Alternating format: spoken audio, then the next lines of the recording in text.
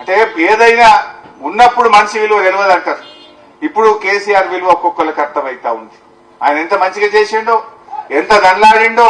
సాగు నోట్లో తలబెట్టి తెలంగాణ తెచ్చింది కేసీఆర్. తెచ్చిన తెలంగాణను నిలబెట్టింది కేసీఆర్. అప్పట్లో చంద్రబాబు చెప్తుండే, ఏమన్నాడు చంద్రబాబు అంటే, వెనకడ ఆంధ్రలో ఎకరం అంతే తెలంగాణలో 10 ఎకరాలు వస్తుండే, కానీ కేసీఆర్ ముఖ్యమంత్రి అయినాక తెలంగాణలో ఎకరం అంతే ఆంధ్రలో 10 ఎకరాలు వస్తుంది అన్నాడు చంద్రబాబు నాయుడు. యాకున్నా మీకు? ఇప్పుడేమైంది? రేవంత్ రెడ్డి వచ్చినాక మళ్ళీ ఉల్టా అయిపోయింది. 10 ఏళ్లలో కేసీఆర్ తెలంగాణ నిలబెట్టిండు. కేసీఆర్ నిలబెడితే రేవంత్ రెడ్డి పడగొట్టిండు.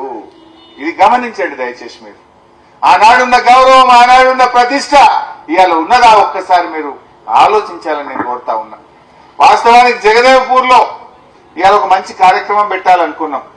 జగదేవ్పూర్ లో మా ప్రతాపన్న నాకు చెప్పి, ఈడ ఒక ఇండస్ట్రియల్ ల్యాండ్ తీసుకోవాలి, ఈడ పరిశ్రమలు రావాలి, ఇక్కడ నిరుద్యోగ యువతకు లాభం కావాలంటే గతంలో మన ముడిగడప, మన పలుగడ్డ ప్రాంతంలో ఒక 300-400 ఎకరాలు తీసుకొని ఈడ కొన్ని పెద్ద ఫ్యాక్టరీలు వేస్తే మా పిల్లలకు ఉద్యోగాలు వస్తాయని ప్రయత్నం ప్రారంభం చేసినాం.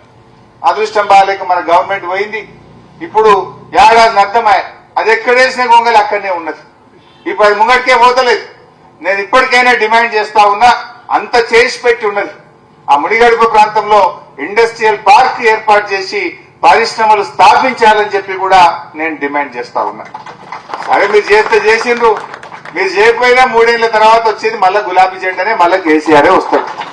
మళ్ళా మన జగదేవ్పూర్కు, మన తీగులకు, మన గజ్వేల్కు, మన సిద్దిపేటకు, మన తెలంగాణకు పూర్వ వైభవం రావాలంటే మళ్ళీ కేసీఆర్ రావాలి. దానికోసం ఇక కష్టమైతే 2-3 నెలలు భరిస్తాం. ఏం చేస్తాం చూద్దాం. మారాలని కోరుకుందాం.